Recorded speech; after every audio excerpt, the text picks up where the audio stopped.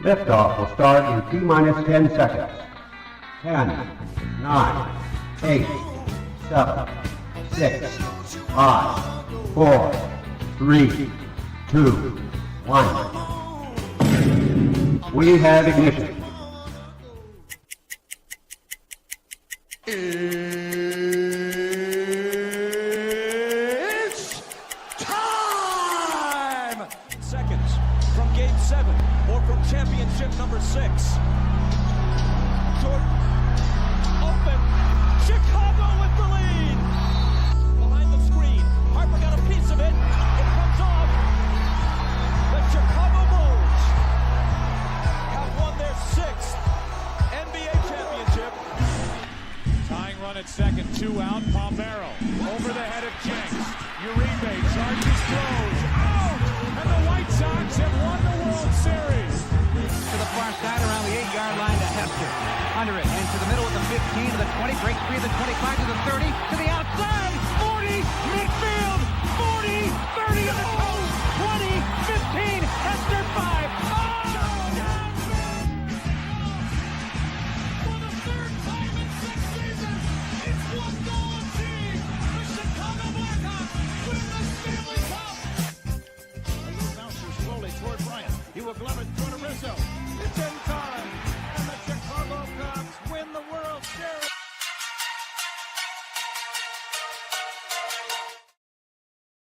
What up? What up? Welcome to ShawnSierraSports on Sports Zone Chicago. I'm your boy, the SuperBack, Shawn Sierra.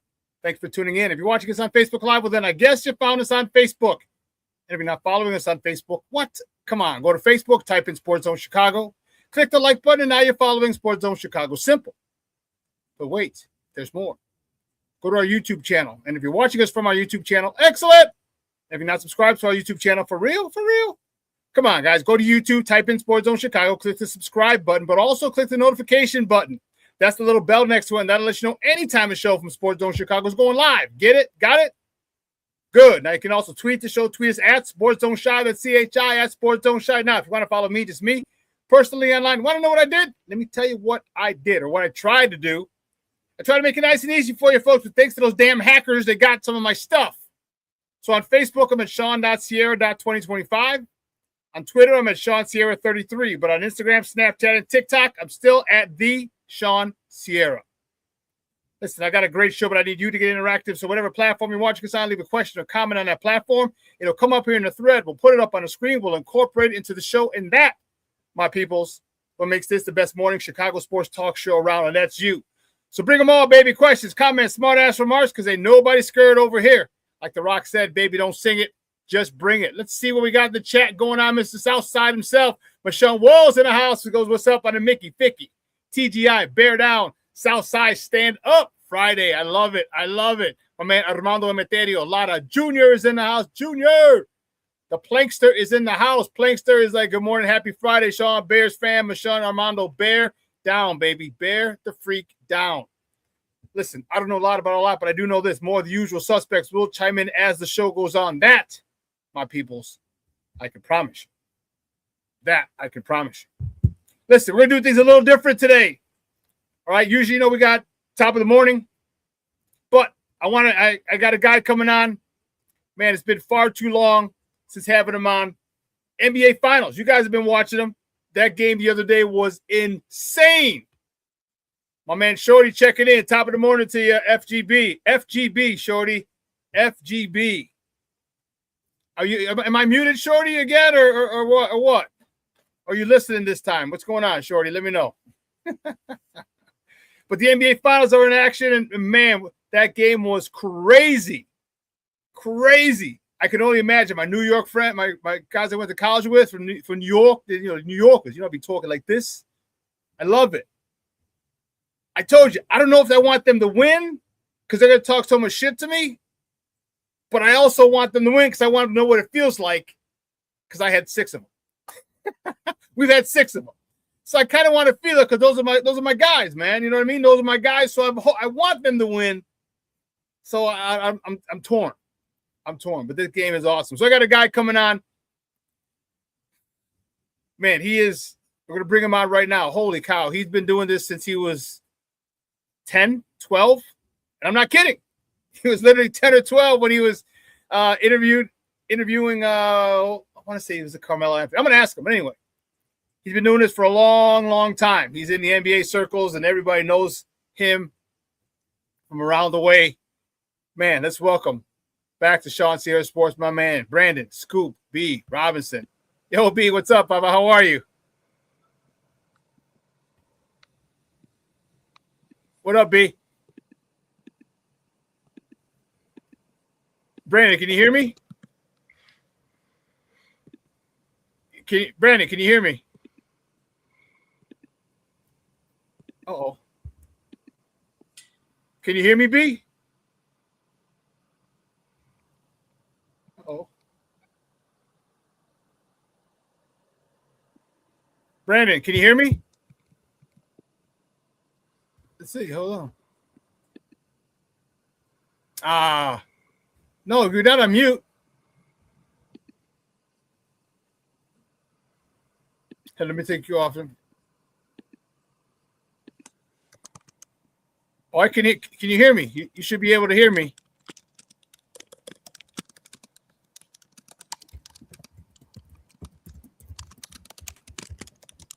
I can hear you typing.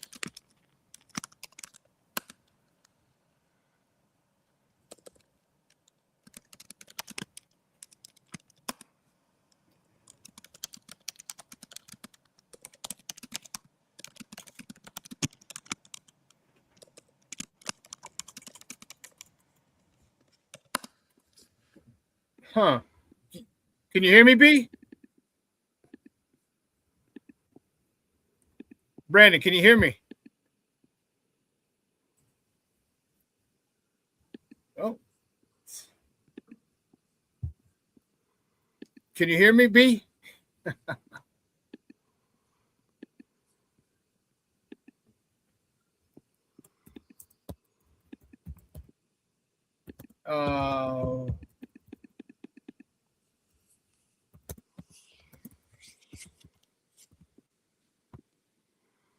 Oh, man. Let's see, we're trying to get this. I don't know if he can hear me.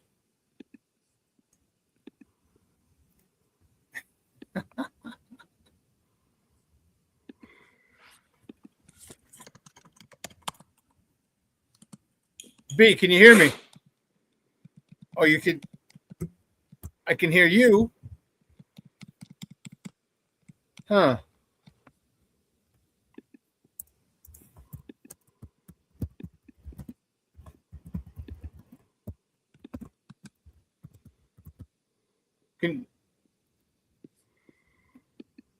Hold on.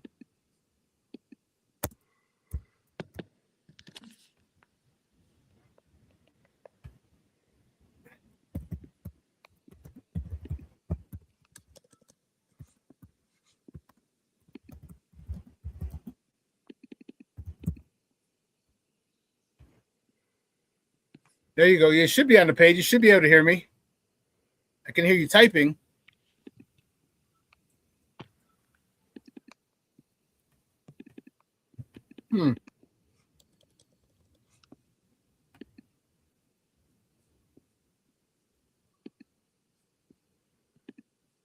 Wondering why you can't hear me.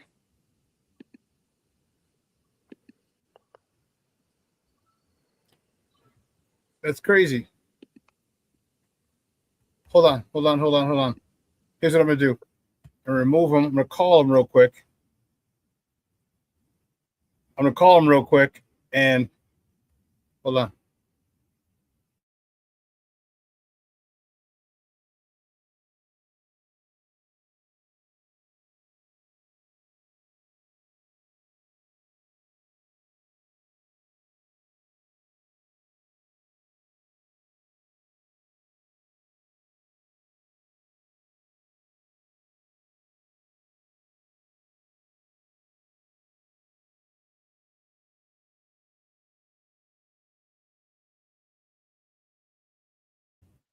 Yeah, we got to settle. Here we go.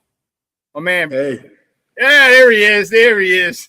Now we're cooking with gas. B, what's up, man? How are you? It's Good, been you? far too long, bro. That's my mistake, bro. Oh, good, man. You're busy. I'm busy. We all busy. You know what? But I need you for my basketball stuff. And unfortunately, my Bulls have been doing too well before this year. They've been doing well the last couple of years. So it's like, it's not one thing that it's a sad state of affairs for us here in Chicago is our Bulls. Unlike New Yorkers, man, I was saying right before I brought you on, I got a lot of friends. I remember I went to school in Massachusetts, so I got a lot of New Yorkers. A lot of my roommate was from Queens. One of my other guys from Strong Island. Another one was from Shaolin. She's from Staten Island. So I got a whole bunch of New Yorkers. Mm-hmm. And I don't know if I want the Knicks to win because they're going to be talking mad-ish to me because, man, I was giving it to them 91, 92, 93. That's how old I am. All right. When the Bulls are winning in the titles and they're beating the Knicks in the playoffs. But on the other hand, I kind of want them to experience what I've experienced. You know what I mean? Because they're my people and I understand what a phenomenal feeling it is. So I really don't know how I want this to proceed. But let's talk about that game the other day. How insane was that game? The Knicks were down 29. And for some reason, I don't know about you, but I felt them like it cut it to 20. Then it cut it to 15. I'm like, damn, it's only 15. And we're in the beginning of the third quarter or still in the third quarter. I'm like, that is 10. I'm like, oh, snap. Then it's 7. Then it's 4. It's 7. Timeout, San Antonio. What were your thoughts on the game the other day on Wednesday when you saw the Knicks come back? Did you think it was probable or do you think they're going to they're going to try, but it's going to come up short? I thought it was over. But I think in this instance, I think it's a learning experience for the Spurs because that youthful energy that they had in Game 4, to me, was similar to the energy that I think was in the arena in Game 3 for the Knicks between their fans as well as guests and other celebrities there as well. I think they kind of switch roles in that regard. And I think, like you said, 29 and then 15 and then chipping away at that lead. I mean, but this is a Knicks team that has been resilient most of the season. And I really do think, and I've said this all playoffs, there was a switch that clicked at Game 4 of round 1 against the Atlanta Hawks. If you remember, there were a few factors. One, Karl Towns accrued a triple-double in that game. And then Jalen Brunson's dad was cursing at him and telling him to stop acting like a female dog. And it was interesting because after that game, I remember being in the hallway and Jalen's dad said to me, ask him why I yelled at him. Ask him why I yelled at him. And I bring this up because I think there's a level of stoicism, a level of accountability, and also just storylines that have morphed throughout this whole playoffs. I pinned the piece over at Scoopy.com today where I discussed Mike Brown's transformation. 19 years ago, he led his Cleveland Cavaliers team to the NBA Finals in 2007 against the San Antonio Spurs. He sat on Greg Popovich's bench as an assistant coach years prior to that. And then the irony is 19 years later, he beat the Cavs. His Knicks beat the Cavs in the Eastern Conference Finals to get to the NBA Finals, and he's one win away from beating the Spurs, the team that beat his Cavs in 2007 and a team that he was once an assistant coach on. He's one win away from guiding them to their first NBA championship in 53 years. 1973 was the last time the Knicks won a championship. My cousin was a ball boy for that team in 73. No way. Walt Clyde Frazier, Willis Reed, and Bill Bradley, and Phil Jackson. Yeah. Yeah, it's definitely a lot of ironies there. Dude, that's insane. Like I was born. I was 1. I was about to be 2 because the finals usually get over in June. So I would have been 2, July 25th. So I was a year old the last time the Knicks won, and my guys from college were about the same age. So that's crazy. I was wondering, the thing that I didn't like, I'm confused in how New York has gone so far. They're Jalen Brunson's very ball dominant.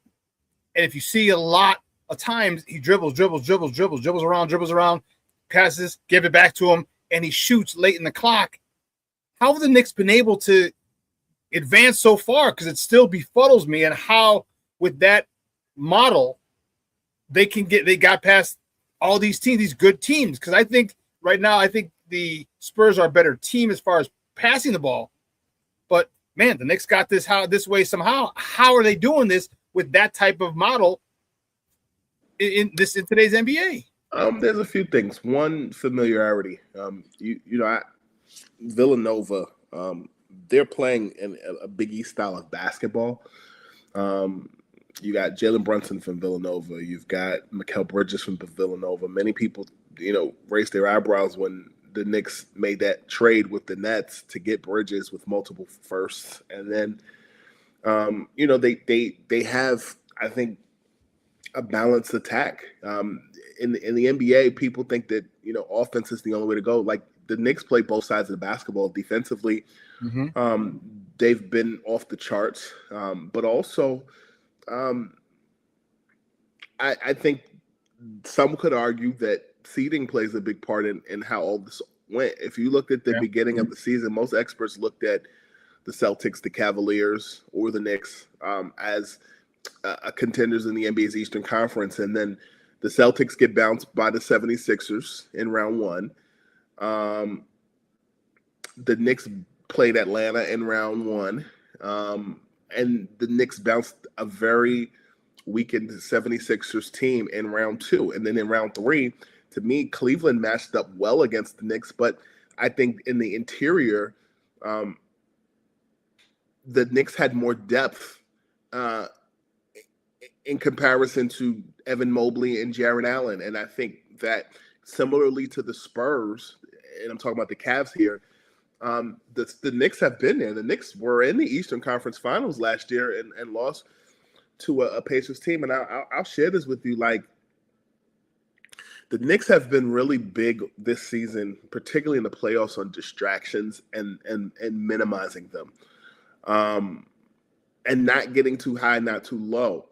I remember during the playoffs in round one being around the Knicks, and I had a video and a photo that went viral of the Knicks after Game 4, where they beat the Atlanta Hawks, and they had Magic City wings in their locker room after the game. If you go into the Atlanta Hawks visitors' locker room, my experiences over the last 3-4 years and just me and visiting Atlanta is there's a lot of food in that locker room, and the way that the locker room is centered, you smell the food. Like, some teams have private chefs, some teams have food delivered, and very specifically, the Knicks had Magic City wings in their locker room after Game 4, and that was a controversy with the league and Magic City night. So anything associated with the league and Magic City, it raises eyebrows. And I remember that. Can you explain to people why it raises eyebrows and what Magic City is for those people who may not know what Magic City is? Magic City is a strip club in Atlanta, but they also have a kitchen. And their kitchen serves not just wings, they serve sandwiches, they serve, a myriad of things. You can actually go to the kitchen, their restaurant, without having to go to the strip club if you just want wings. So, particularly in Atlanta culture, many people have meetings at strip clubs. I've had meetings, and going to Atlanta for various things. And you can go there and enjoy the show, and or you can enjoy the wings. And so, but you could also get takeout, and that's what the Knicks did. In the locker room, had wings there. They had a myriad of different flavors: Lou Williams lemon pepper, which they named after Lou Williams. Honey barbecue, all those different things. And I remember that. The guys on the team were so excited. I asked Carl Towns, "Which ones are you gonna have?" He goes, "I'm gonna have the Lou Williams lemon peppers. You heard."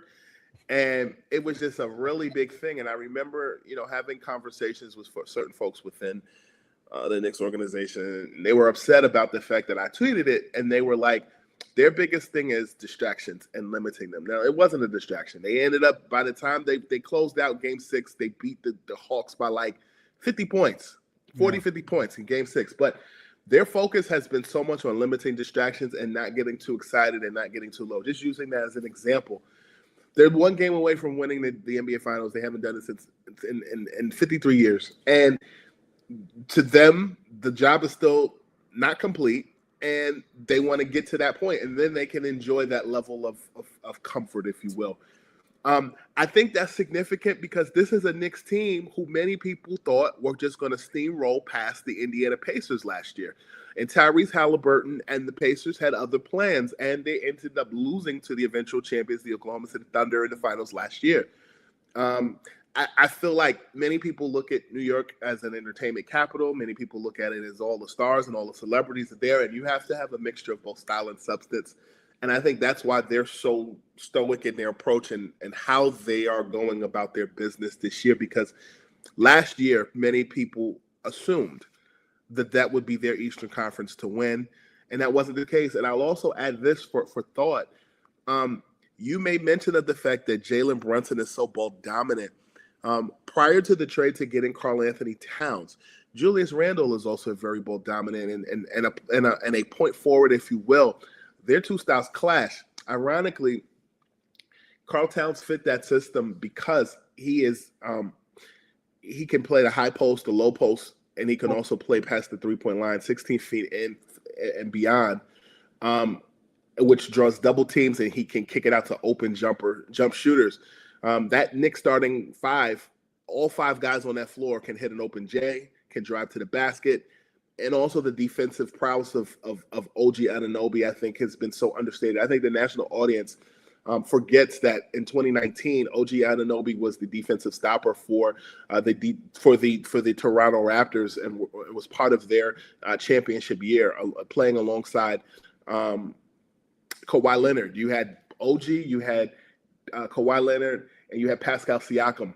All three of those guys in the starting five in Toronto, and I think that that move to get OG really solidified the Knicks' defensive problem that they lacked. I think adding OG and adding Karl Anthony Towns were the two pieces that Brunson was missing in that starting five, and I think that over the years they've marinated and become this behemoth that they are now. Guys, we're talking to Brandon Scoopy Robinson. We're talking NBA Finals here on ShawnSierraSports on Sports Zone Chicago. We got one game left. They got one game to win, I should say. There's 3 games left. They got one game to win. What does New York have to do? I know they won both down in San Antonio. They're close, and they didn't come back. Both games they had to come back from behind, and San Antonio goes out in a big lead, and New York has to fight back. What does New York, especially now since San Antonio has gotten the egg on their face with the largest comeback in NBA history, what does New York have to do so they don't fall behind again? Because if they do fall behind again, I'm not sure the San Antonio Spurs are going to be so negligent in squandering that lead. No, I think there's a level of desperation that the Spurs are going to be playing at home. Mm-hmm. I think, if you really think about it, part of the reason why I believe the Knicks have been so successful is because they've been there. Youth has been there. They're guys. I really compare this series to 2000. I really feel like 2007 Cavaliers compare to the Spurs. Also, early Giannis in Milwaukee compares to this Spurs team. You have a 07 Cavs team with LeBron. LeBron was 22 when he went to the finals. Mm-hmm. The Bucks were, I don't know the ages and all that, but as far as the Bucks, I just remember the Bucks being disappointed by Miami sometimes in the finals, and then they finally took it to the next level. You even saw that with Michael Jordan going against the Pistons early on, and the Bulls couldn't get past the Pistons, and finally they took it to the next level. To me, youth is the issue for the Spurs. I think you have a Dylan Harper who is mature way beyond his years, not just because of his father playing in the league, but also because his mother was competitive and played ball in the Philippines. She's actually assistant coach at my high school and his alma mater, Don Bosco Prep in Ramsey, New Jersey, and his brother plays for the Boston Celtics as well. So he comes from a basketball background. But Stephon Castle, Rookie of the Year, all those guys on that team, right? And I think they're a mixture of OGs and young talent.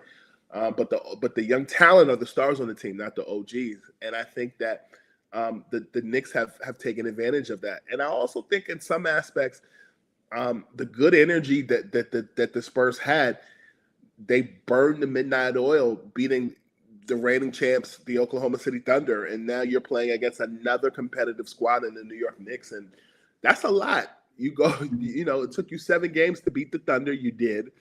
And, but I'll say this. You have seen teams come back from 3-1. You saw a more seasoned LeBron and Kyrie Irving alongside Kevin Love in 2016 come back and beat the Warriors. But that was also a Draymond Green suspension that played part to that. So there were a lot of factors there. I think the Knicks, in order to close it out, defensively have to rotate multiple players around Wemby. Whether you saw it in games 3 and 4, albeit Jose Alvarado, Brunson, Towns. Like, I think people just thought the whole series Towns was just going to neutralize Wemby, and that's very tiring. Wemby can beat you in so many different ways from the perimeter in the post. I actually think that Wemby's acumen, to be so young to have the skill, is great.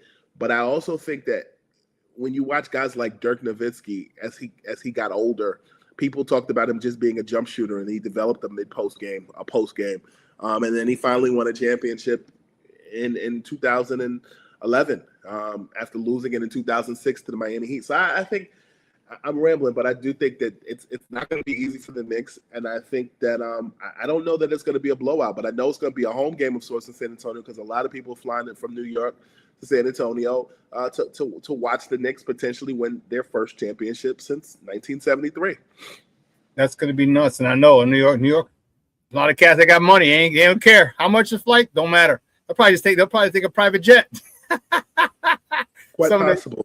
It's quite possible. I mean, I'll tell you, like, throughout the course of the season, there's a lot of Knicks alumni that I am in touch with on the regular, and I'll call them or FaceTime or text them. Yo, what you doing?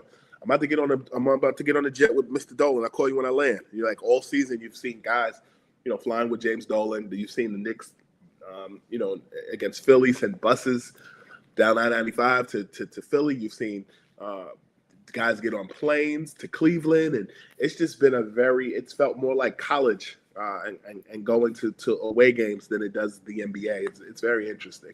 Yeah, and you saw game 1 of the finals, all the people who were in front row from New York, repping the Knicks jerseys and things like that. Talk to me about De'Aaron Fox. De'Aaron Fox isn't a youngster, and he had a very key play. They had the steal, and he goes in for the layup. It gets blocked. Your thoughts? Would it have been better for him as a veteran, or should he have known to dribble it out? And I know, points are good, but at that point, your best friend is the clock, and that would have been running. You say De'Aaron Fox is not a youngster. He's 28 years old. Yeah, when did he come in the league? He was young, but that's 10 years. But he's not yet 30. True, but that's 10 years though. He's an old soul. I'll say that. Okay. He's an old soul. As far as dribbling it out, sure. But also, you as a team gave up a 29-point lead. Mm-hmm. It's easy to single out De'Aaron Fox for that particular play, but what about what you guys were doing in coasting? Comfortability, familiarity breeds contempt.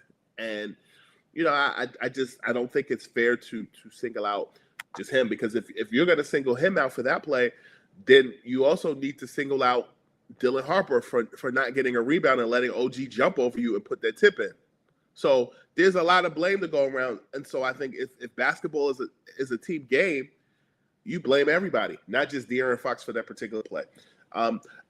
You asked me about the Knicks and how they've been able to do it with Brunson and just a guard-dominated lineup. And throughout the course of the season, people could look at the Spurs and say, well, you got 3 point guards. You got Stephon Castle, you have De'Aaron Fox, you have Dylan Harper. And they've been able to figure it out. And, I think there's this perception that Dylan doesn't like De'Aaron and Dylan clash. I know that that's actually the complete opposite. Spending time with the Spurs this season, I actually asked De'Aaron Fox about Dylan and playing in a 3-guard lineup. What that looks like. And I'm going through my article, but I asked him what he knew about Dylan Harper before Their they were teammates? teammates and he was drafted. And he said, I watched him in college. He said, I've seen some of his high school stuff too. I have an AAU team, so we still kind of follow a little bit of high school basketball and knowing his feel for the game, you know, the way that he's able to get downhill and finish amongst 7-footers. And he said to me, even though it's different doing in high school, different doing in college, and you come to the NBA, he's excelled at it and he's going to continue to be better. There's no hate. I think that, you know, the NBA and media thrive on creating Storylines this person versus this person. And yeah, because that's what fans like. It's about consumption of media. So I have no indication that is accurate. But I do know that when you have a lot of guard play, even from your big men, you're bound to make some errors. And you know, again, this is youth. The Knicks have been here; they've been to the conference finals, and I think for the Spurs, this is comparable to you going to college and a girl breaks your heart. Once she breaks your heart, you know how to kind of navigate that lane. Yeah, that's a great analogy. Wemby is one more flagrant foul away from a suspension. How have you seen the officiating this finals? There's been a lot of physical play and a lot of fouls that we've seen called that are not called that would normally be called. Why? Talk to me about that, but why? And also tell me why you think that is so. They're allowing this physicality. I tweeted something yesterday. I'm looking for the tweet. I said, if Draymond Green did to Brunson what Wemby did to Brunson, Draymond would have gotten tossed out of the game. Somebody commented and said, this is terrible. Draymond has been in the league 14 years with a lot of situations under his belt. What you are doing is not right. Wemby is 22 years old. You are labeling this kid dirty, and he is still learning to play in the NBA. This is a bad take. And I said, as great as he is, he's building a reputation. It has nothing to do with age. It has to do with style of play. That's a flagrant foul. He should have been thrown out. The incident in Minnesota was not his youth. The one against Cat was an accident. And they said, you are comparing him to someone that was caught punching his teammate in practice. This sugar honey iced tea ain't right. All of you NBA analysts create this narrative are totally wrong. And I said, we're comparing them because this is how the pattern starts. The physical characteristics and tendencies are clearly similar. That doesn't mean Victor Wembanyama is Draymond Green. Wemby is the focal point of his team and entirely essential to their success. Nobody is saying he's guaranteed to become Draymond. He's young and players evolve, but the underlying traits are undeniable. Let's be real. Under the same circumstances, not only would Draymond have been ejected, but several other players would have been tossed too. The narrative isn't false. You don't end up on one flagrant foul away from a suspension by accident. Because Wemby flails a lot, it naturally leads to inadvertent elbows. He's massive and still growing into his frame. It's reminiscent of early Dirk Nowitzki or Andrei Kirilenko. Awkward in his movements right now, but he will eventually fill out and completely dominate. I think that pretty much illustrates what you asked me. I think that Wemby is he's 7'4". He's tall and lanky. He's a taller Tracy McGrady with Jamal Crawford ball handling skills. And he also plays a game of basketball from France where guys play hard like that. And somebody's going to get hurt. He's got to play under control. Yeah, he's I think the most poignant line he said is you don't get one flagrant foul away from a suspension by accident. There's a pattern as you mentioned. Because had they called, and they even could have done it. My thing was, why didn't they upgrade it from New York? They had the ability to upgrade that from New York, and they didn't. When it's clear, it's evident that there was no basketball play involved. He just muffed the dude, shoved him in the back of the head, and shoved him down. And is this the kind of NBA's way of saying, hey, we can't really suspend suspend this dude in the finals because that throws everything out of whack if Wemby is suspended for one game in the finals. I talked to I called Meta World Peace last month, and I wrote a piece on when Wemby did that against Minnesota, and I'm pulling up the article now. We compared it to that incident with him and James Harden when he elbowed him, and when he elbowed out Naz Reid, he said when he saw it, he got a little emotional. He said, I wish I could not be able to be suspended and focus on the game, but they ejected him and gave him a flagrant too. But it clearly should have been a punishment. But I think comparing Meta World Peace to Victor Wembanyama is not, I'll tell you like this. When Wemby was the night before he was drafted by the Spurs, Wemby had dinner with NBA Commissioner Adam Silver, and they had a conversation about the whole face of the league discussion. It's interesting how people just go overboard with it, but it was less of the face of the league conversation. It was more of what that would look like once LeBron actually retires and how the league would like to see Wemby be that next fixture. And it was received. And as I saw that the league did not suspend him, my thought process went back to that dinner that they had.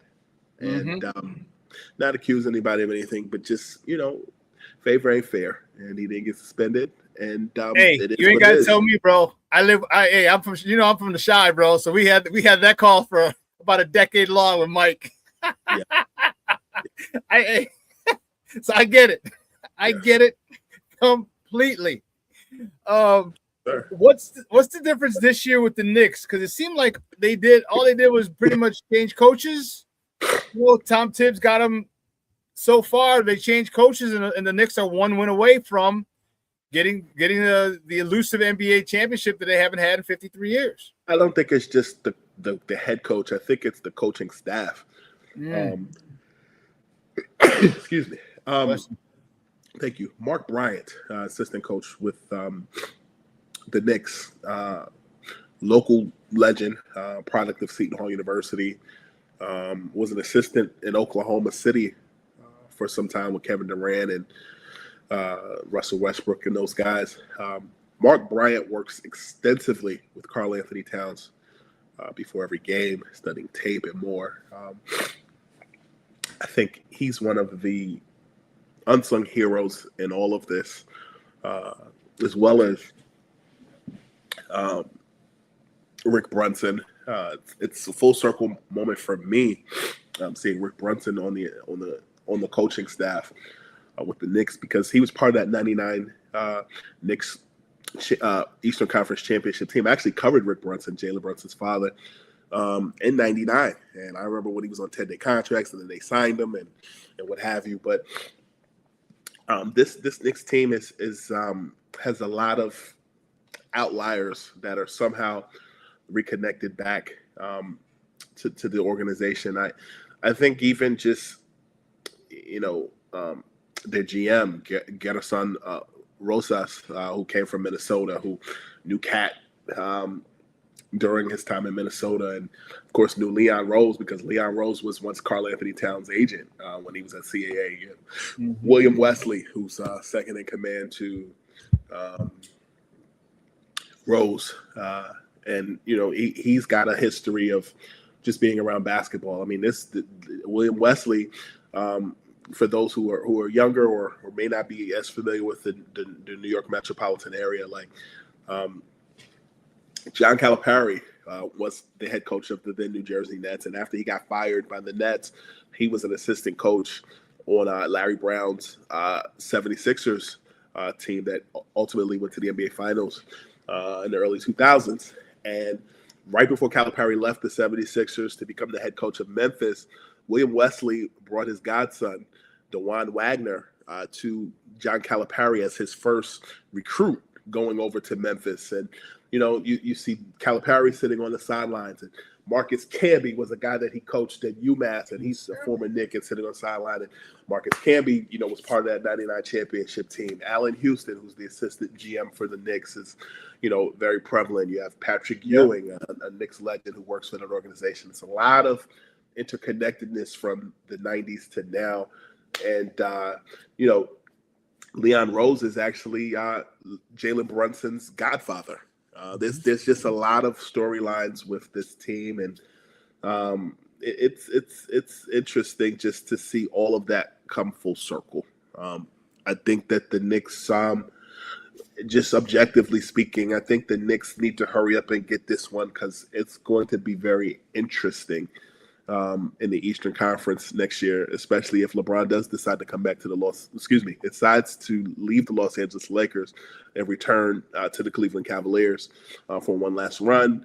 There's a myriad of ways in which he can come there, whether it's taking the mid-level taxpayers exception or a sign and trade, which could bring him back to Cleveland, and James Harden kind of altering his contract and more. So I do think that the East is going to get better. You're going to have a healthy Jalen Brown and company in Boston. Yeah, so I think, and Tatum as well. So I think there's a lot of things that could happen in the Eastern Conference. The Knicks need to hurry up and get this one because it's not every year that the Knicks do win a championship. And then Tyrese Halliburton should be 100% next year too. So yeah, he's gonna be on one because he knows that. He lost the whole season because of that torn Achilles. So, your opinion? Do you think the Knicks finish it off tomorrow, or they want to do it in front of in the world's most famous arena? Either way helps. You'd hope that the Knicks finish it out so that they don't drag this on even more. But I'm sure that the Knicks faithful at 2 Pennsylvania Plaza would appreciate seeing the Knicks close it out in New York. It kind of reminds me of. I was with the Lakers in 2020 when LeBron broke Kobe's scoring record in Philadelphia. And quick story there. Kobe, of course, from the Philly area, Lower Merion High School. On the main line of Philly, about 20 minutes from the arena. You remember the game before that, LeBron sat out, and then he ended up breaking the record at the time it was Wells Fargo Arena. And I remember being in the locker room after the game, and LeBron yelled, "Yo, we're not going home tonight. We're going home tomorrow." And the Lakers flew home the next day, and on the plane ride home, that's when the Lakers found out that Kobe passed. But that night, LeBron was on the phone with Kobe, and they were talking just about life and about breaking that record. And I've had conversations with people who were in that room that night with LeBron, and LeBron and Kobe had been talking on and off the phone that day. Like LeBron was on the team bus and was talking with Kobe and more. But had Kobe not, or had the Lakers had left that night, it's quite possible that Kobe and LeBron would not have sat on the phone that last conversation that night. Had the Lakers had left that night instead of. You get what I'm saying, but you savor moments like that. So I wonder if you're asking me whether the Knicks close it out at the Garden or whether they close it out in San Antonio, you wonder if that's a special moment for the Knicks faithful in New York City and in that regard. But you'd hope just for their sake they don't wait around and let the Spurs gain some ground. If this was the old format, the 2-3-2, you'd have one more crack at it in New York City. It would, but hey, it's not possible, and we'll see what happens. Yeah. I didn't like that 2-3-2 format, okay. But I mean, and it's a lot more flying. But hey, you're flying first class, private charter jets anyway, so it's all right. Hey, Brandon, I really appreciate it, man. Great stuff as always. Do me a huge favor though, before you go, let everybody know where they can find you and your work online. Scoopy.com. Follow me on Twitter and Instagram at Scoopy. Great stuff, man. I appreciate it, man. Like I said, I don't know if I want the Knicks to win because all my people are gonna be talking mad ish to me, but then again, I want them to feel it because man, that was crazy for me back. And I was in college and getting out of college when the Bulls were winning. So I love that feeling, and so I don't know, man. I'm torn. I guess, and especially after the way that some of the fans were acting. Give me your thought on some of those jamokes. It really makes it makes New Yorkers look bad when people are throwing eggs at Wemby and beating up the Spurs fans. Because, I mean, every fan base has their jag bags, all right? But this time, because of the 53-year thing and and social media and how fast it's going. Give me your thought on those guys beating up the Spurs fan and assaulting a cop and then throwing eggs at Wemby the other day. I didn't know if that was real or AI, and then I read an article in was it Yahoo? I was like, okay, so it must be real. They're throwing eggs at them. There's nice guys, there's bad guys everywhere. I think social media is a microcosm of society, and I just think I don't think they represent everyone in New York. There's nice people, there's bad people, but I think on the baseball side, New York is used to seeing winning. I think on the football side, even though the Giants play in New Jersey, the metropolitan area is used to seeing, the Giants winning. I think in New York, and just I think the nature of basketball. I think basketball is turning very much into wrestling with storylines, and I think it's not indicative upon how everybody thinks, but you just have some class. That's all I think. Yeah, I agree. Hey, my man, I appreciate it a lot. So much good talking to you, and I love catching up. I love when we catch up because I love hearing your story. Because, I was telling them before when I was bringing you on, like you've been doing this since you were, was it 10, 12? When was the first 12? When they got so this has been it's been a long ride for you, and one that you knew what you wanted to do from obviously before 12, but since you got started at 12, man, I think that's I think that's awesome. One of my guys, what do you think? What are you thinking about the real quick about our Bulls? Because I know you're an NBA. We got a new GM. We don't have a head coach yet. Bulls this finally got rid of all the people that we need to get rid of. Your thoughts on my Bulls? Because it's got a long. We're watching this finals. Shows me how far away my Bulls are from getting even sniffing the NBA finals. Well, I mean, they've interviewed a lot of people for that position. I know Tiago Splitter is someone that they do like. I've heard on the Portland side that they could end up bringing him back. I personally would like to see him in Chicago. I've known Tiago since he was an assistant in Brooklyn, and I've seen his upward trajectory. No, I think for the Bulls, I think I have a wait and see approach. We've seen this movie for about 10 to 15 years. I think Billy Donovan had to step down because he sought more creative control that he wasn't getting. And I think there comes a point where players stop responding to you. And that's what I think. I think that the Bulls are in a very interesting situation, and I also like Wes Unseld Jr. I got a chance to really get to know him when he was the head coach of the Washington Wizards. I live in the D.C. area now, and I like him as a coach. I'm not sure how I feel about him long term, but in the short term, if they decide to bring him in, I wouldn't be upset about it. So he's a good coach from point A to point B. What you're saying? Yes. Okay. All right. Great stuff, man. I appreciate it. I'll let you run, bro. But again, I really love talking hoops with you, bro. And likewise. We'll talk again soon, man. Be good. Yes, sir. All right now. All right. Guys, that's Brandon Scoop B. Robinson, NBA reporter since 12. Wow, that's awesome. I love that story. And this video of him, I forgot who it was one of the Nets, I believe he was interviewing. And I don't know if it was DC or not, but it was one of the Nets. And I just thought that was pretty dope. Yeah, man. Finals are going to be good tomorrow. Tomorrow night, 7:30, ABC 7 locally. I think they're on ABC. I think every major metropolis has ABC Channel 7. So it's going to be dope. Here, let's take a quick break. On the other side of the break, we'll get into our normally scheduled routine. We'll get to the top of the morning. We'll talk about our first place White Sox. Thank you very much. Talk about the Cubs. Cubs with a big win yesterday. Fine. So I guess Craig Counsell got to get kicked out in order to win for his team to respond. We'll see that. We'll talk about that on the other side of the break. So don't go anywhere, folks. Keep it locked right here. Shawn Sierra Sports on Sports Zone Chicago.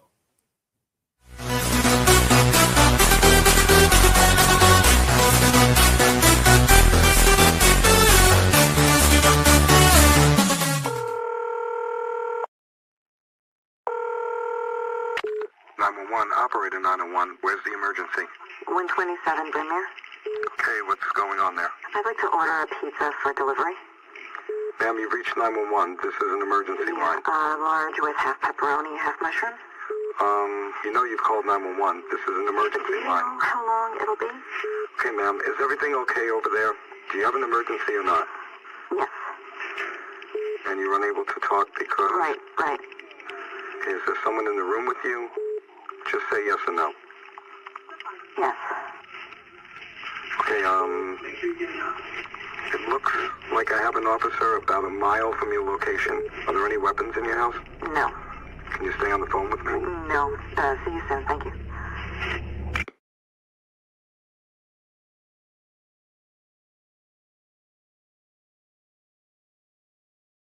Every day, we take steps to keep the people we love safe, but some health risks are easy to miss. Ticks hiding in the yard can spread germs, like the ones that cause Lyme disease. Mice searching for food can spread bacteria that makes us sick. Mosquitoes lay eggs in standing water and can spread West Nile virus and more. Cockroaches are drawn to water in the home, leaving behind allergens that can trigger asthma attacks. Common pests can threaten our health. Learn how to protect your family at pestworld.org. When I'm flying, I put my helmet on, my visor down, my mask up. You don't know who I am. Whether I'm African American, Asian American, Hispanic, white, male or female. You just know I'm an American airman kicking your butt.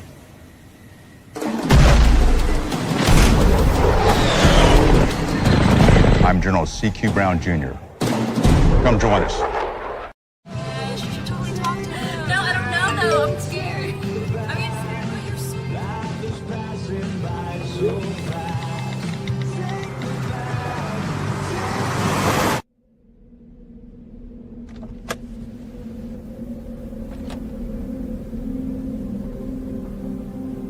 Do you know that you're in my lane? No, not at all. Are you not paying attention? Are you texting? I was just checking in with my mom. I was telling her that I thought we'd be home by 6. It's okay. There's enough time. Just pay attention. I'm not even halfway through my text. There's no way. I'm not even going to look up. My babies are in the car. You have to pay attention. It's just supposed to be a quick text. I'm so sorry.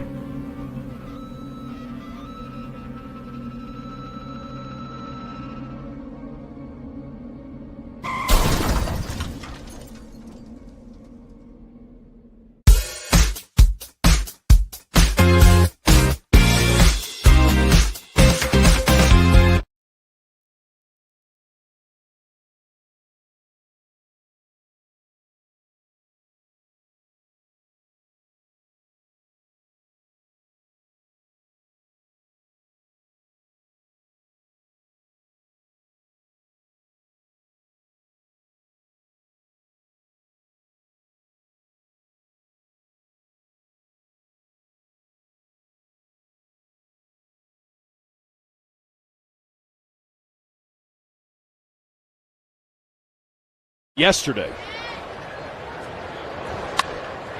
Rockets that one. Right center. Pete into the gap. He dives! Oh, baby! That was fun to watch. Outside part of the plate. Taya hammers it. Deep left. Way back. Bye-bye!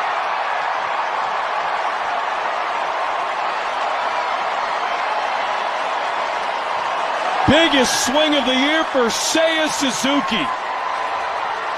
10th homer of the year. Grand slam. That's huge. 4-1 Cubs. 1-2. Bregman deep to left field. It is back and it's to the seats. Especially with left-handed pitchers throwing. Kelly deep to left field. Thompson at the track. The wall. Bye-bye Carson Kelly. Welcome back to Shawn Sierra Sports on Sports Zone Chicago. Those clips courtesy of the Marquee Network. Those were the Northsiders yesterday. Was it me? Or were there a shitload of Cub fans there? Were there? It seemed like, on the Grand Slam, it sounded like they're at Wrigley. It sounded like they're at Wrigley. Everyone heading out to the Mile High State to go get high. We'll go catch the Cubs in Colorado. Get some weed. Go to the game. Smoke it up before the game. That's their tailgating. They don't drink out there before the tailgate. They smoke.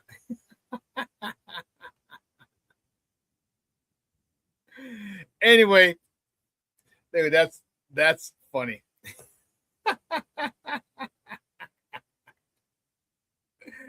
Oh man, I love it. I love it. I love it. I love it. Listen, let's get it crack-a-lackin', baby. You know how we do it. The first segment of every show is called Top of the Morning. She won't come just when you want it.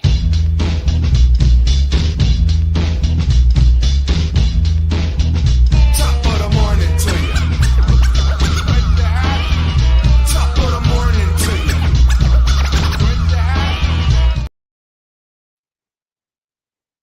First top of the morning topic. Well, I guess we kind of have to start here because the White Sox game got postponed. Cubs. There you go, baby. Cubs. With a big win yesterday, the Cubs beat the Colorado Rockies 9 times. Your son's been answered from school 9 times, Mrs. Bueller. Beat the Colorado Rockies 9-3. All right, Edward Cabrera. He got the win. He's 4-3. He went 5 1/3, 5 hits, 2 earned runs, 2 free passes, 5 punch outs. You saw the 3 homers. Bregman, 1 for 4, a homer, his 6th, driving in his 21st, 22nd ribbies. Suzuki, 1 for 4, cleared the bases. The grand slam, bringing his RBI total to 26. Carson Kelly, 1 for 4, hitting his 3rd homer, driving in his 19th run of the year. Man. And then Craig Counsell got ejected. Mo Baller had fouled the ball off himself. It might have hit twice. It might have hit his foot, then hit his shin, and then came out into the field to play. Well, he fouled the ball off. It was a runner on first, and the Rockies picked it up, threw a second for one, a first for another. Double play. And Craig Counsell came out, and unfortunately, that play is not reviewable. Craig Counsell came out, and man, oh man, oh man. Whew. He showed he had a pulse. And that's as a Cub fan you want, because he's just so chill a lot. You know what I mean? He's so chill and very unassuming, and you're just like, no, dude, give us some passion. You know? And he showed that. Got kicked out of the game, and the Cubs went crazy. Cubs went nuts. 9-3. You saw the bats came alive. And does he have to get kicked out every series now? What the hell? I don't know. I hope not. I hope the Cubs bats come into play without their manager having to get ejected, but you know, we'll see. Staying with the Cubs.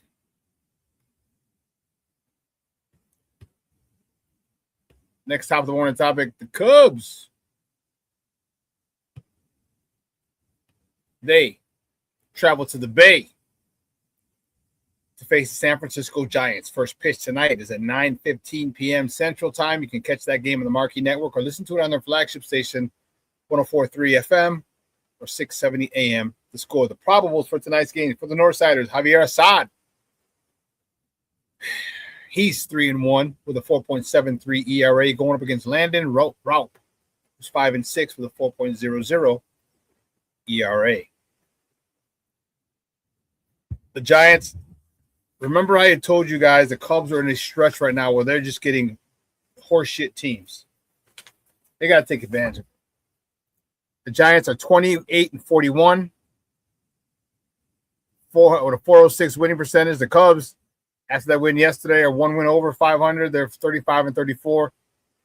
Take advantage of this stretch you have, Cubs. They need to. That can put you in good standing. Man. I mean, the team that they, this was a team that you should have beaten. You should have swept, at least to. So, I don't know. You just have you have a lot of opportunities here. Remember I said schedule makers were kind to the Cubs? How the Cubs was 12 games had teams with losing records. All right. So, yeah, you're at Colorado.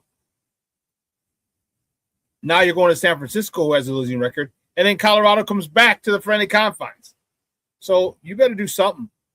You want to make a move? Here's your shot. Here's your shot. You go on a quick 6-game win streak, something.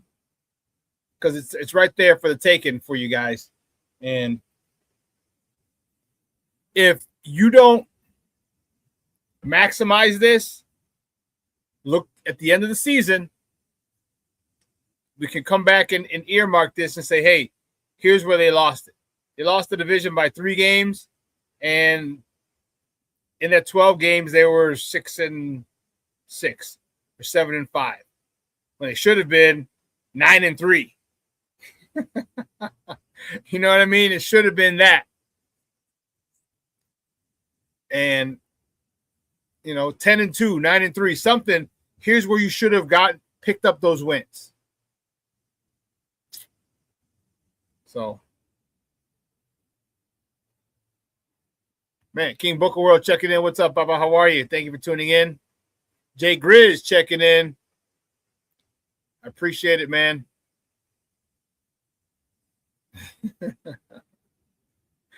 You got jokes, huh? Only time that they were talking about, he said the only time that happens in Chicago is when the Cubs fans are beating up Sox fans in the bleachers.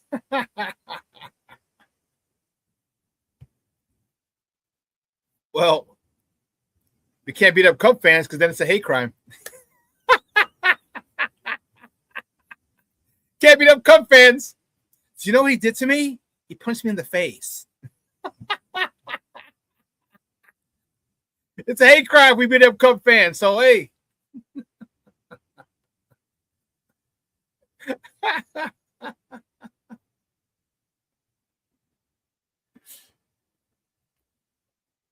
Foster Covers checking in again. What's up, Papa? Thank you for tuning in, bro. He says, love all these people in the chat. Hope everyone is well today. Yes. Hope my peoples in the chat are doing well. I appreciate it. Because, I really, truly appreciate the love that you guys give. It's awesome. The White Sox, the first place. Did I omit that? The first place White Sox yesterday couldn't get that game in. All right, they had their game postponed yesterday against the Braves. It was a rubber match due to weather, man. And for all those of us who live in the Chicago area, that was insane. All day yesterday they were talking about tornadoes, and they cut in the regular programming, and they showed the Doppler radar effect, and it was all red. Orange and red. Red. Tornadoes touched down further downstate. Winds were crazy. The It was actually Wednesday and Thursday were the days. Wednesday was crazy. Was nuts. A good friend of mine, Hermione has a 2-flat over in Bridgeport. And it blew one of those big old trees. Big, not a big old tree. It blew it out or blew it over. And in the process, it ripped up the sidewalk. Crazy. Crazy. Like how strong those winds were to do that.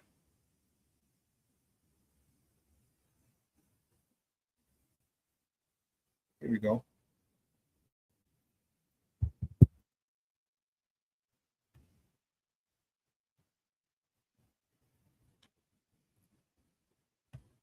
Peep this. It's not very wide, but you can see it. Ripped up 2.5 squares of concrete. You can see the trees leaning to the left and the roots. Insane. Insane.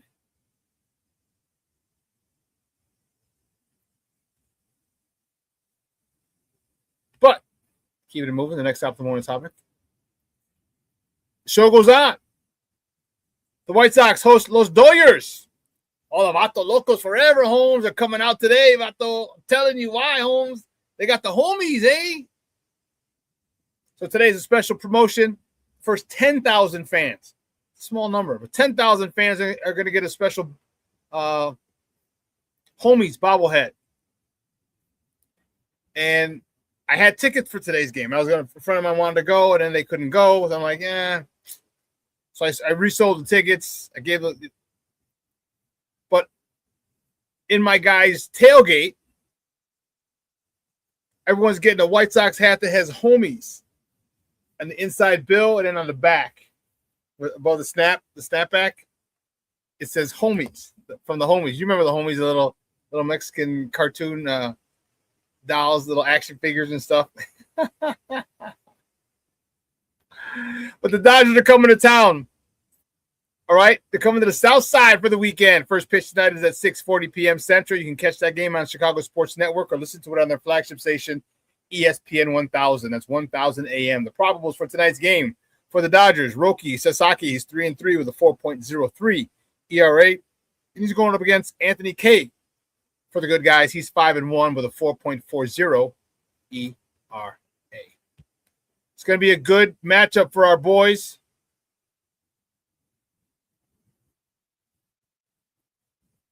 A good matchup for our boys.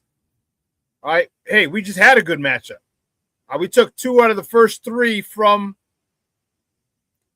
the team with the best record in baseball. So we go from the team with the best record in baseball to the defending back-to-back world champion, Los Angeles Dodgers. But, hey, I'm telling you, continue to play the way that you played. You'll be fine. White Sox will be fine. You don't have to worry about it. Okay? Good pitching, good defense, timely hitting. We've been doing it. We've been doing it for most of the season. So, as Hawk Harrelson would say, don't stop now, boys. Don't stop now. One other news, quick. The White Sox, they traded outfielder Derek Hills to the Philadelphia Phillies. Outfielder Nolan Jones and some cash. The Phillies are strapped in the outfield, and they needed some help, and so they came calling. And yeah, watch this kid Nolan Jones be a stud. That would be dope. Watch this kid Nolan Jones be a stud.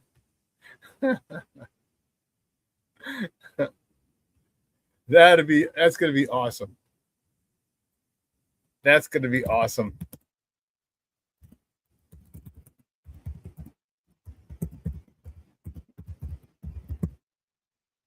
Excuse me. Remember the name, Nolan Jones. Because I'm telling you, that would be funny is all get out if he ends up being a stud.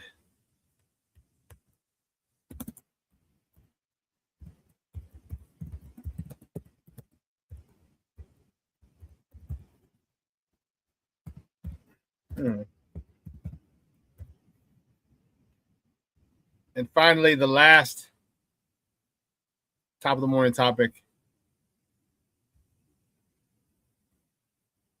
Game 5 of the NBA Finals is tomorrow from San Antonio. Tip-off is at 7:30 p.m. Central. You can catch that game on ABC 7. Channel 7 for all you people, all you ABC. I said, I think in every major market, ABC is Channel 7 in every major market. So, but whatever.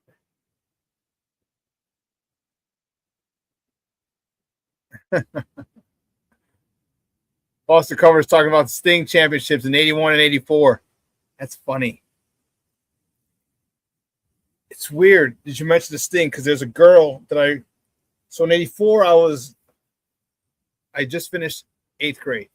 I graduated 7th grade. I graduated grammar school in 85.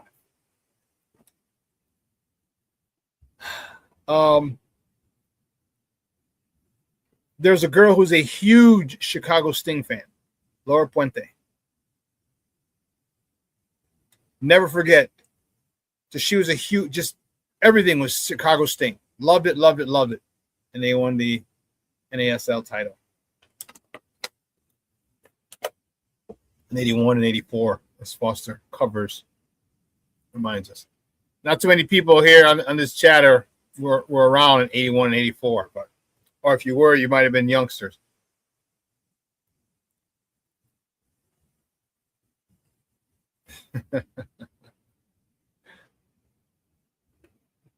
That's crazy.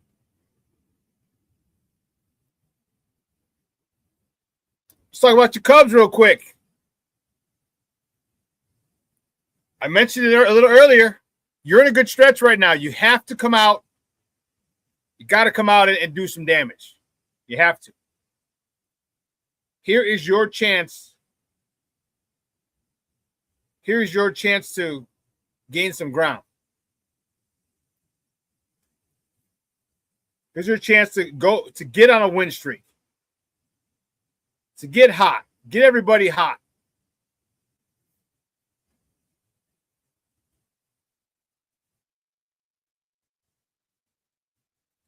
See, let's see, with the A's beat you 2-1, A's beat you 5-4.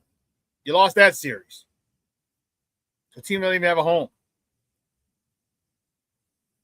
Then you lost the series to the Giants, 18-3, game 1.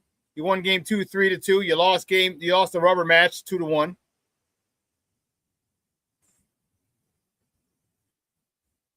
Then the Rockies, you lost game 1, lost game 2, won yesterday. Now you got the Giants again and the Rockies again.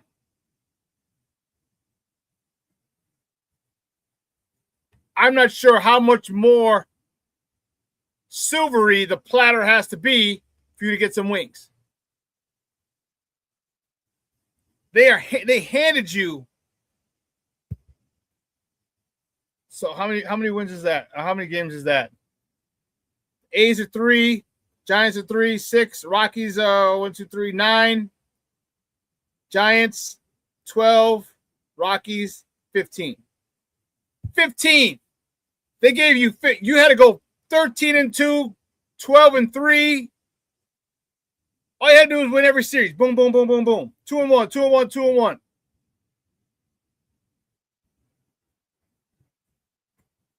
It's 10-5. Can even go 10-5. 11-4 would have been better. But that was it. That stretch right now. That you screwed up. You lost the series to the A's, You won one game. The Giants.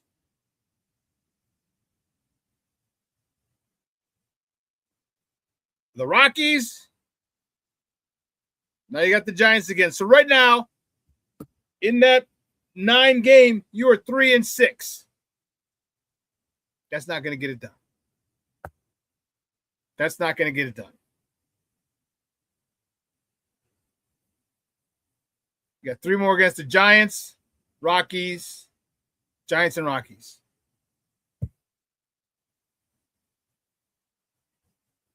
How can you? Wow. That's crazy. A's, Giants, Rockies, Giants, Rockies. Yeah. I don't know, bro. I have no idea. But that's what you need to do. That's where they've got to come out. You got to break out of this funk, man. You got to break out of this funk.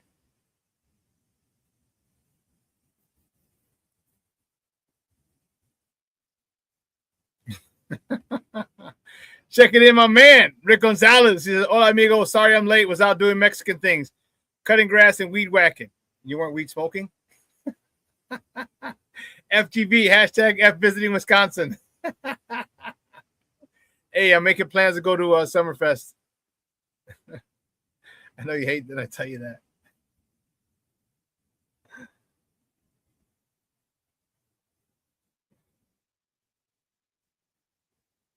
You got 2 series left of the 5.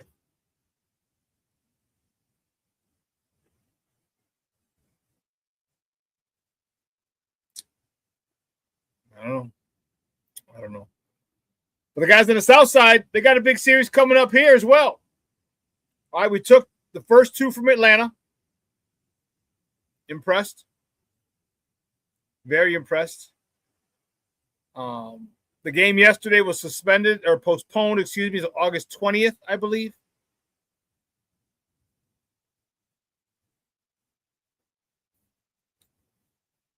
August 20th, 1 p.m. And now, as I said, you go from the team with the best record in baseball to the back-to-back defending World Series champs.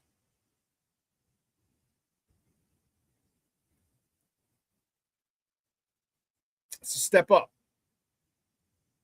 So we need good pitching, and they might call up Hagen Smith.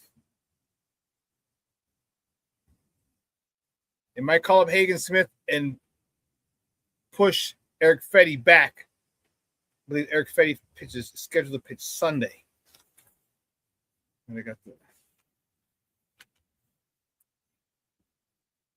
Yeah, Eric Fetty is scheduled to pitch Sunday. They might bring up Hayden Smith and push, because I don't want Eric Fetty facing the Dodgers. No, sirree, Bob. No.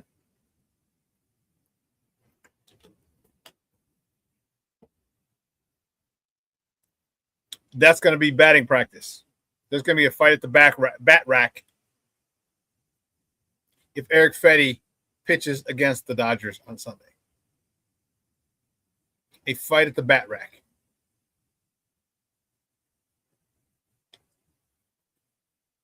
I am I'm liking what they're doing. I'm loving what they're doing. All right? We are in a great space because every person we brought up, all 12 of them, have contributed. And the latest being Braden Montgomery, who his first game had a single, RBI single, excuse me. He had an RBI single in his second at bat. He struck out his first one. And then a walk-off homer. Only the 5th person in Major League Baseball history to hit a walk-off homer in his debut.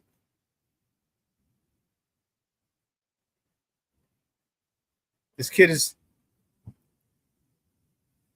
looks like the real deal. Like he was made for this.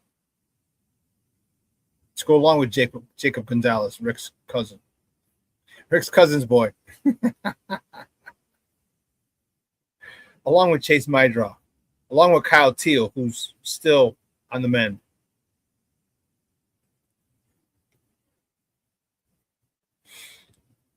I agree, Rick. Rick says we have to get another pitcher to replace Fetty. I do, and that could be Hagen Smith.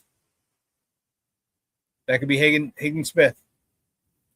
That it hasn't been called up yet, but that's what they believe. That's what many people believe is going to happen. Call up that youngster. I mean, with his bad. No, I don't know if he replaces him. Rick, I don't know if he replaces him.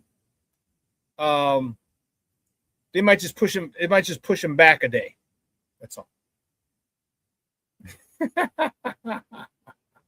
Like you read my mind, FGB.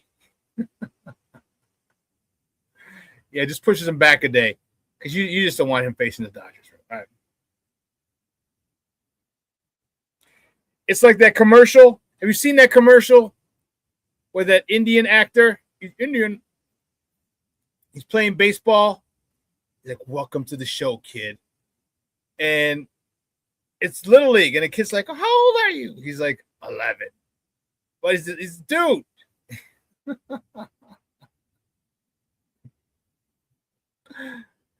That's hilarious. So I'm anxious to see him. I'm not expecting I'm expecting to see some good stuff. I'm not expecting a perfect game. It's not getting twisted. But Hagen Smith, here's your chance. All right. And the precedent has been set already. Everyone who's come up has contributed. Everyone who comes up is ready. And if he follows suit, what do you expect?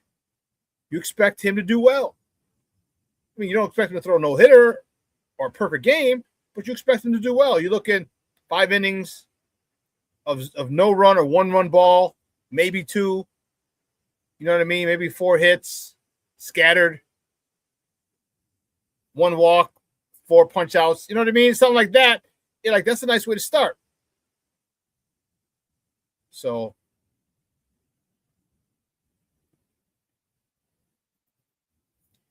I'm looking forward to that Sunday. If that move happens, it hasn't been confirmed.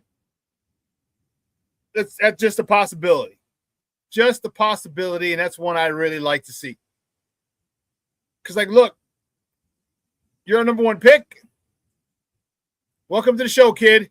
Here's the back-to-back world champion Los Angeles Dodgers. It's Los Dodgers. And you're gonna be pitching in front of 30,000+ people. 30,000 plus. There's over 35,000. Over 35,000 tickets are sold for each game this weekend. All the vatos are coming out, bro. Thank God ice ain't around no more, eh? Because there'll be some vato locos over. There's tons of them. And there's tons of Dodger fans here in Chicago. You talk about a great atmosphere. Southside is going to be rocking. King Booker World says, I have an unhealthy hate for the Dodgers. Unhealthy hate for the Dodgers. Damn. Okay. I'd love to hear that story, bro. I would love to hear that story.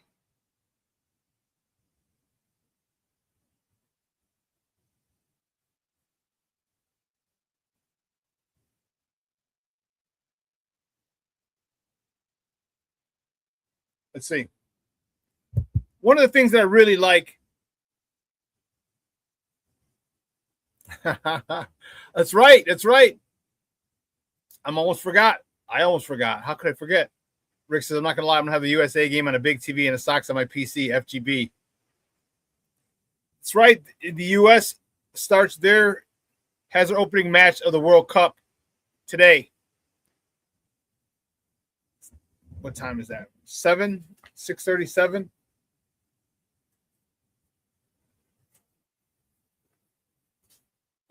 US, where you at? 8 o'clock. US Group D schedule. 8 o'clock tonight at SoFi Stadium in thanks, Rick. I see you, Papa. Thank you. From SoFi Stadium in Inglewood. And then on June 19th, next Friday, I'm going to see Chappelle. So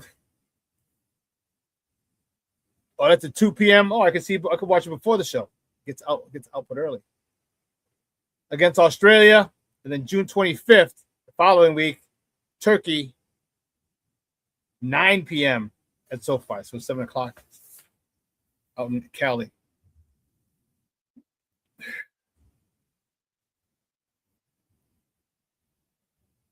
Did I? Actually, I didn't. What was it?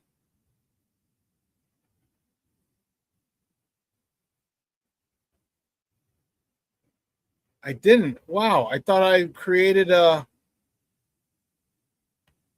I didn't. Wow. Well, Mexico yesterday for all my peoples. Man, they were watch parties all over the place, dude. Holy cow. There were watch parties all over the place. My guys at Branding Iron there were 1,500 people, almost 1,000. 1,500 people inside and outside, because remember, Branding Iron has the pavilion. Black Diamond, you remember. Shorty, you remember the pavilion outside of Branding Iron? It's a covered pavilion. 1,500 people between inside and outside. That's insane. Among other places. Output had a viewing party there as well. Mexico ends up beating South Africa yesterday to open up the World Cup 2-0. Shorty, yes, sir. That's for Shorty about had the best cigar he's ever had to that point. Is my Alec Bradley embargo. Was it post-embargo cigar that he still smokes to this day. That's a good-ass cigar. That's one of my favorites. That's my favorite one from Alec Bradley. Yeah.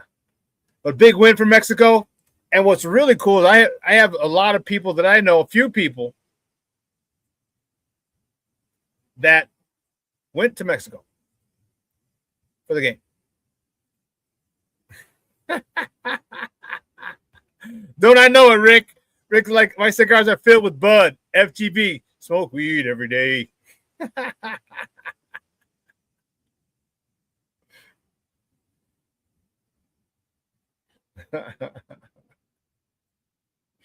Don't I know it, Rick? Don't I know it, baby?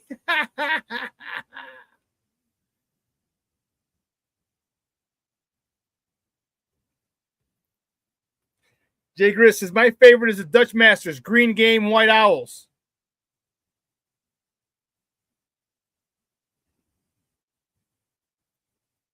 Okay. So Dutch Masters, Green Game White Owls is okay. There's a specific stick. Shorty says, he goes, yeah, Shawn. Best damn cigar I ever had. I hope the other four in the pack I bought are just as good.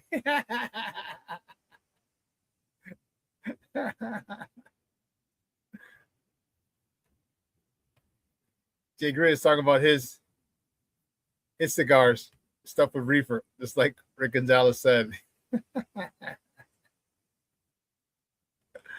Oh, did you two just become best friends? Did you two just become best friends? Oh, man, you guys are awesome. Well, the Bears wrapped up minicamp. The Bears were on vacation for 6 weeks.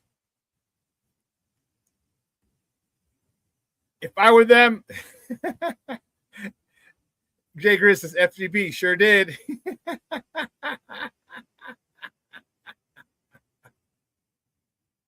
Rick's like, Jay Grizz, my man, Jay Grizz, FGB. Jay Grizz says FGB. He sure did.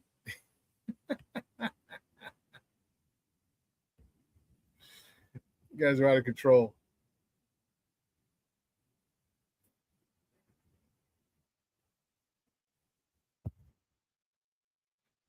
Oh, that's awesome.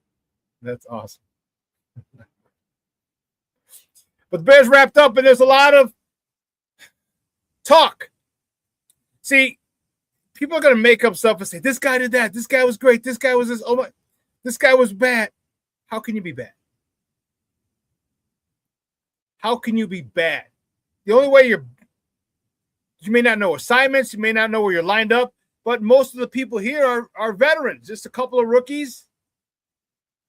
And, undrafted free agents and stuff like that. So they're going to have a little more difficult a time. Right? But the veterans, the people who were here last year, they ain't having, there's nothing. And people have gone out of the way to say, oh, my God, this year's so much better than last year. Well, no shit, Sherlock. No shit. Next, you're going to tell us breaking news, water's wet.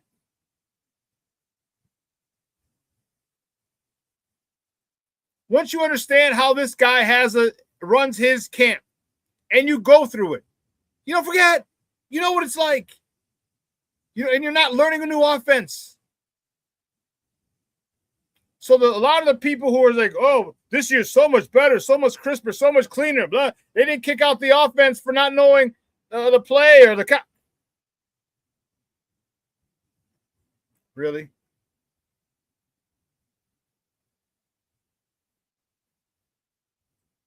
Jay Grizz says, I need to know, am I drinking the hype juice or the hope juice? Well, we won't know. We won't know. But I'll tell you what, there's some indicators. There's some indicators. Just think about it. You get better at your job the more you do it. Correct? You understand how your boss wants things done the longer you stay with your boss. Correct? What's happening here? I'm not surprised that Caleb is hitting is looking sharp and hitting a lot of his receivers and guiding people, putting them in places, correct spots. I'm not surprised. He's a year in the system. And he understands it's his job to put everybody in the right spot before he snaps the ball or has the ball snapped. So when people start saying, oh, they look better this, they look better, oh, the catch by this guy, the catch is nice. Guess what? They're wide receivers. They need to make those catches. They get paid to make those catches. Beautiful catch by Rome. He gets paid millions and millions of dollars to make those catches.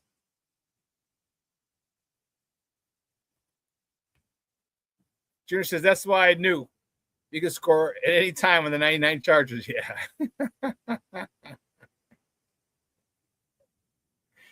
That was just wrong. That team was wrong. That team and then my 06, 07, 08 Thunder.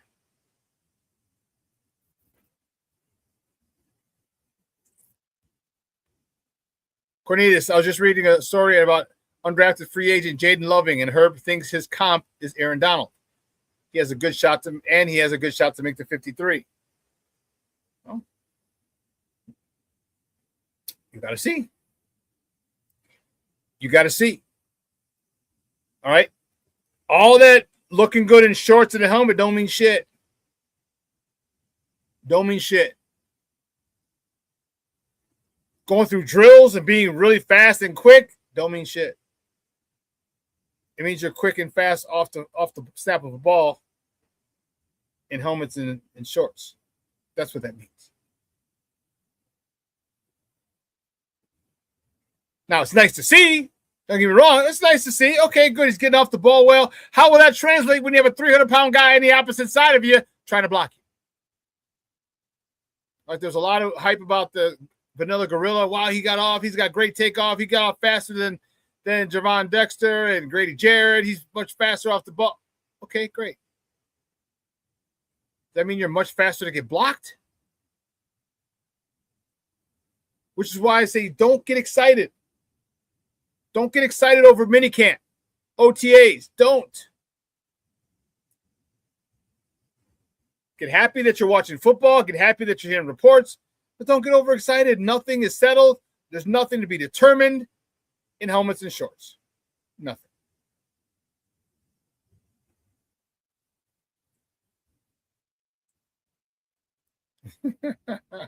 Boston Cover says, I sometimes look good in shorts in a bag. I like Loving, though. Well, Loving was a lot of people's favorite. They're excited about this young man. Good. Good. He's got a lot of potential. Let's see when the pads come on. Because you're asking a guy, even if it's a Pro Bowler. Oh, Rick says the Vanilla Gorilla. Who the hell is that? Sounds like a nickname Booker would give. FGB. That's funny. That's funny. No, that's the guy from South Africa, Vandenberg. Was he Georgia Tech? We got him from the guy we drafted. They call him the Vanilla Gorilla. He's from South Africa. South Africa. South Africa.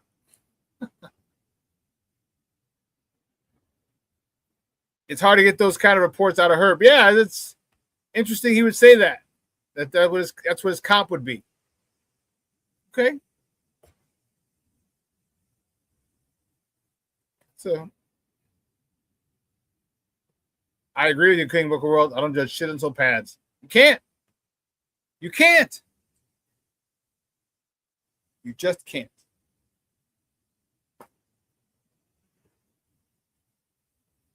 So Jalen Johnson is back from all reports, back to being healthy. That I'm extremely happy about.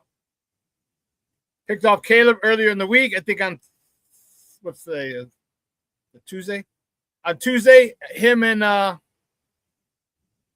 Kobe Bryant picked off Caleb.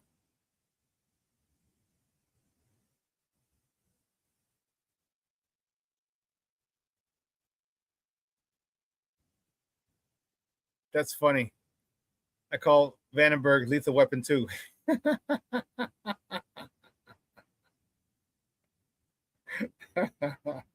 That's funny, King Booker World. That's funny.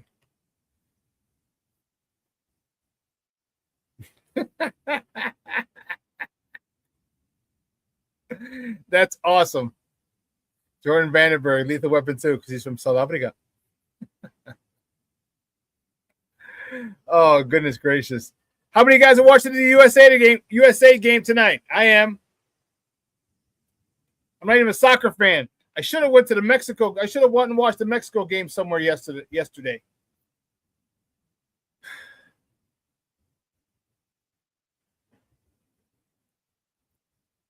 All the watch parties that were going on all over the place.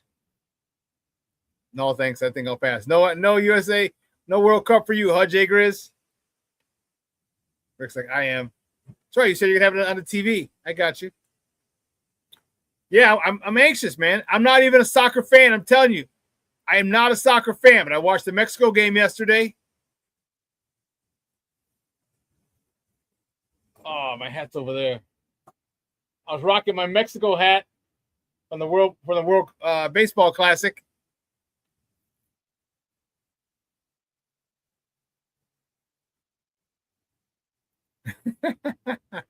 Jay Grizz says, nah, if there's not a Puerto Rican team, count me out. No, but it is Puerto Rican weekend here in Chicago, Jay Grizz. Puerto Rican Day Fest is this weekend. It was supposed to start yesterday, but the storms, they postponed the opening of the Puerto Rican Fest until today. So, yeah. Plus, Puerto Ricans don't usually play soccer. They're more baseball and basketball, which is cool.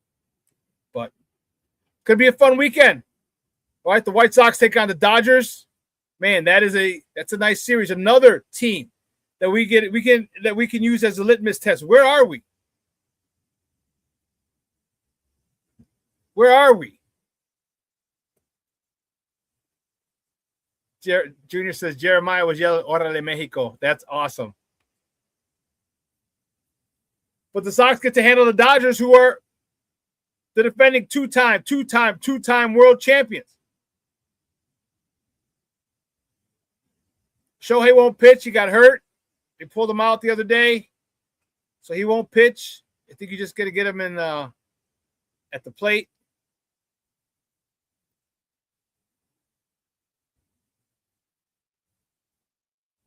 It's a good test, boys. But you should, as a competitor, you should want to play the best. One, you got to level up. It forces you to level up, or you get embarrassed. And the White Sox are not a team that like getting embarrassed. I don't think these players are those that like getting embarrassed. I'll tell you what, their manager doesn't like getting embarrassed. Good weekend, good set. Man, if we could somehow win the series, whew, I'll be happy. I agree with you, Rick. Beating the Braves twice proves you belong, FGB.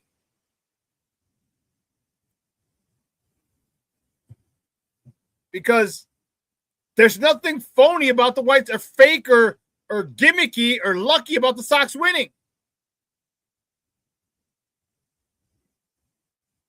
Now, granted, sometimes the luck falls your way, but you don't end up in first place, even if it's in a crappy division, by mistake. You don't get bases clearing doubles with 2 outs and 2 strikes by mistake. You don't hit home runs, 2 or 3 run homers by mistake for the most part. What they're doing is good. What they're doing is solid. What they're doing lasts. You can count on these things. Not, oh, we need someone else to mess up. Oh, we need a good call by the official. Oh, no. They're taking good, solid at bats, taking great approaches at the plate, not hurting themselves. That's what they're doing.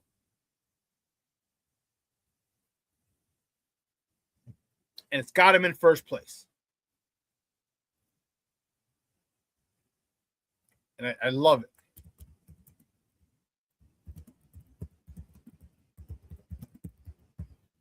And I love it. First place, White Sox.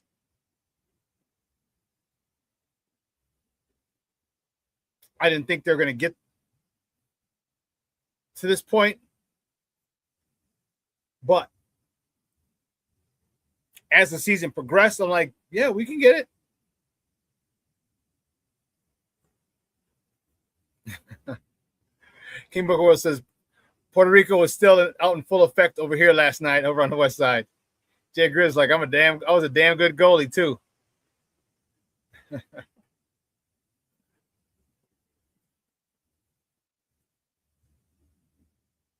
Jay Grizz says, I didn't play. That's why I said that tongue in cheek, because Puerto Ricans probably will never have a soccer team, but as a kid growing up in Chicago, I played on a team with all my Guatemaltecos and Mexicanos, etc. And he said I was a damn good goalie too. Okay, Jay Grizz. Cool. Well, let's see how it plays out. The White Sox and the Dodgers. Cubs at the Giants. The White Sox hosting the Dodgers, Cubs at the Giants. Sky play tomorrow. This is for you, Rick. Let me double check.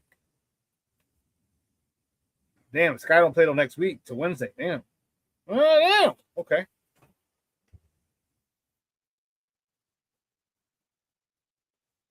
So, guys, I hope you guys have a great weekend. It's going to be beautiful.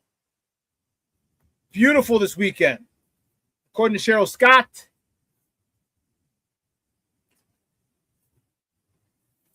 Man, today a high of 80. Beautiful.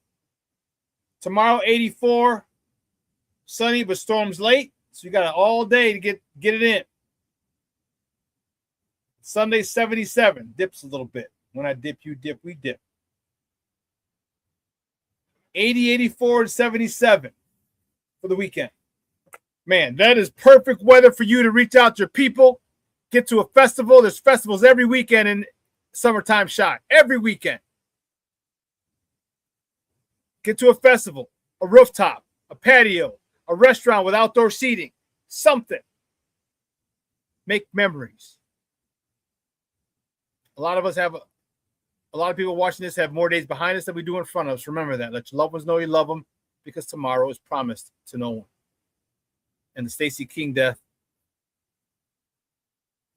the passing of Stacey King should have really opened your eyes to that. I've been saying it for years now. Plankster says, thanks, Shawn. Great show as usual. Bears fan, have a great weekend, everyone. FGB, bear down. Bear down, Plankster.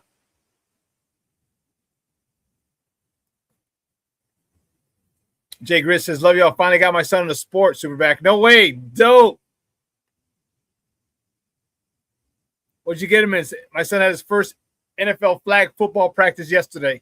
I was so proud he did a great job for his first practice. Good, dude. Keep pumping love into that kid, man. Keep doing it. Keep doing it. Keep being there. I know you are, and you don't have to listen to me, but I just know you are, bro. Just keep pumping love into that young man. That boy, he's gonna turn out all right. He's gonna turn out all right.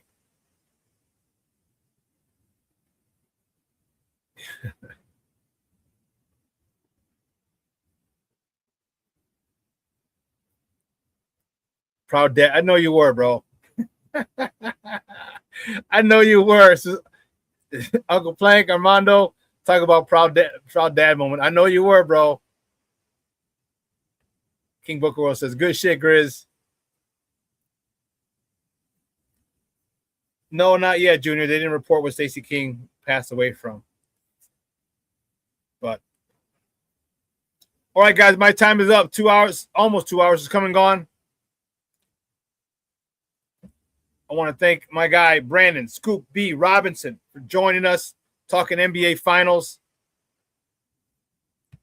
I love when he name drops. I do. Because, again, he's been doing this since 12. He was 12 years old, 20-something years. He was like, yeah, I called Meta World Peace the other day and asked him about this. And the cool thing is, like, he's not doing it to front. He's not doing it to show to flex. He's doing it because he was just saying, hey, I talked to this guy because he's so cool. He's on a first name basis. Obviously, he's got the number if he's calling him. He's on a first name basis. So it's just like I was calling my guy and blah, blah, blah, blah. I just think that's so cool. I love to hear his stories, and I'm so proud of him because, man, when you find out what you want to do at 12 years old and then you do it, man, that's love. That's love. But anyway, guys, have a great weekend. It's going to be nice out. Not too hot. 80 today, 84 tomorrow. The dip, 77, which is beautiful weather. Get out to those festivals. Get out with your people. Who's in town tonight? The Puerto Rican Fest starts this weekend. Santana is over at out here in Tinley. Santana's performing with the Doobie Brothers. That's a weird combo, but nonetheless.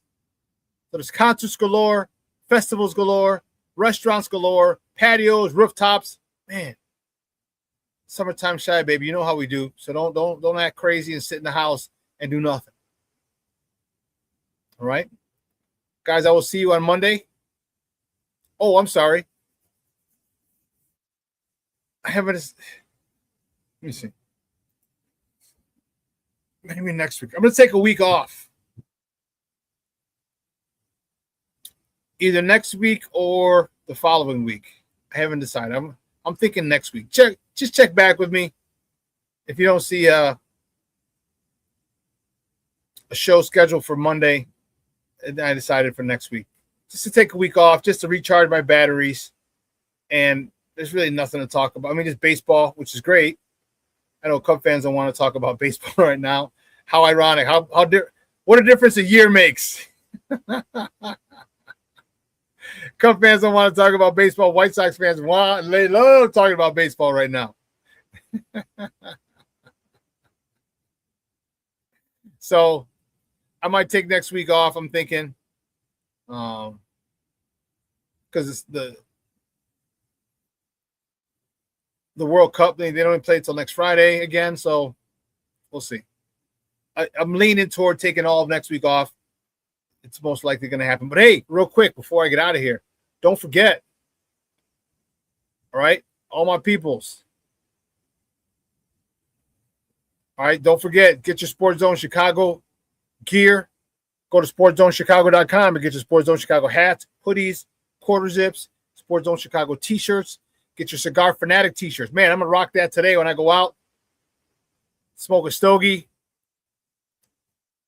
All right. Get your Coaching Matters t-shirts. Get your Good, Better, Best t-shirts or Good, Better, Best hoodies. All right, get your FGB t-shirts.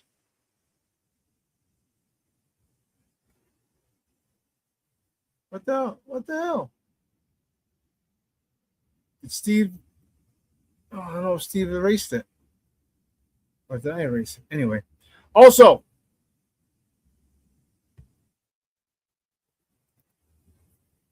if you're going to join me, come on, get your tickets.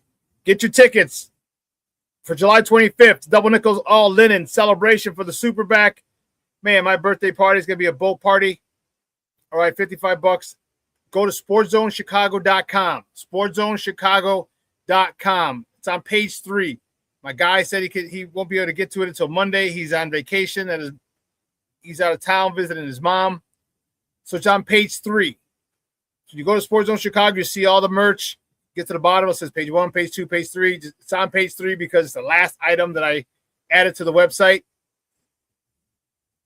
Go there, get your tickets. It's going to be a hell of a time. My guy from Miami just texted me. He's like, hey, do I know of any hotels or anything in the area? So I put him up on some hotels or some sites to look up hotels and compare prices. Dude, it's going to be dope.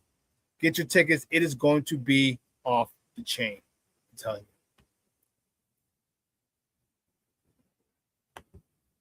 But okay, for real now. For real. You guys have a great weekend. From everyone here at Sports Zone Chicago, I'm your boy, the SuperBack, Shawn Sierra. I will see. I'm probably going to take next week off. Just do it. Just count on it. But just keep an eye out. And something happens, maybe I'll do a show. Or maybe I'll do a show like Wednesday just for an hour. Who knows? We'll see. But most likely next week's going to be off. All right, so from everyone here at Sports Zone Chicago, I'm your boy, the SuperBack, Shawn Sierra. The boy is out.